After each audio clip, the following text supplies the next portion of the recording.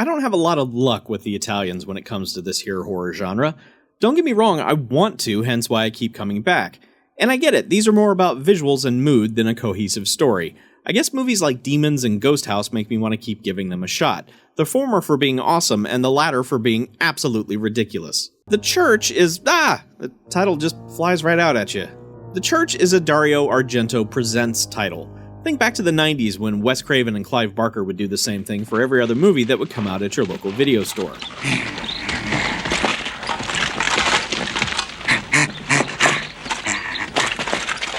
This way! We start with knights who are murdering everything, because prophecy or something. After killing everything that was once alive, they are told they have to build a church over the mass grave, because reasons, spooky stuff, etc. Cut to present day where nothing much happens for quite a long time. Eventually, a worker at the church, which is undergoing renovations, opens up a thing that lets out a thing.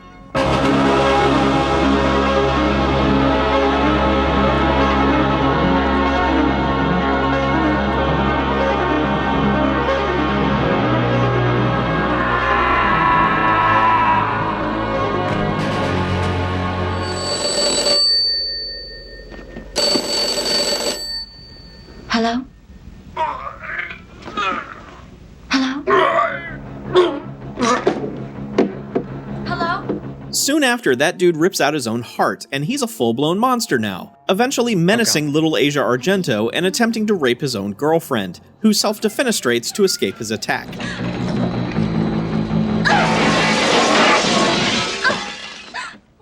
After almost 70 minutes, the movie seems to decide to do something, as the church, now loaded with characters to kill, locks everyone inside and starts doing demon things to them all. Slowly, randomly, and often just in the background.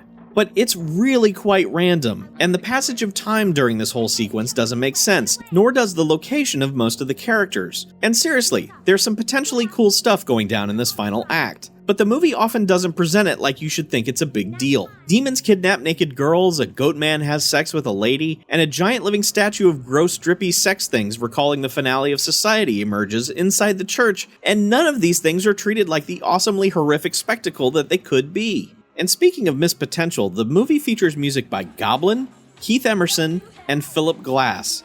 And despite some brief flashes of goodness, nothing is ultimately that memorable about the score. And that's tragic. In my head, I was thinking this was basically going to end up being Demons but inside a locked church, which would have been cool. And initially this was pitched as a potential Demons 3. However, even if it had been, in this form it wouldn't hold a candle to the goodness that is the original Demons. The 2018 Blu-ray from Scorpion Releasing has two bonus features. The first is a 20-minute interview with the film's writer-director, which is presented in Italian with English subtitles. One of the most notable bits of this interview is when he explains exactly what's up with the film's soundtrack. At first, Keith Emerson was commissioned to score it, but what he ended up submitting wound up being too good for their gooey monster movie, so only brief moments of it ended up in the final film. The director was a fan of Philip Glass, so they purchased the rights to some of his music, which members of Goblin then covered for the final soundtrack, and it's one of those bits in particular that's the most notable music in the film. There's good stuff here, good info. Then there's a 9-minute interview with Asia Argento, again in Italian with English subtitles, who admittedly was very young during the making of this film and therefore doesn't remember much about the production, other than having a good time being on a film set. The church is loaded with potential, but it feels like it cripples itself at every opportunity by not focusing on the good it can do. I guess that applies to this movie too.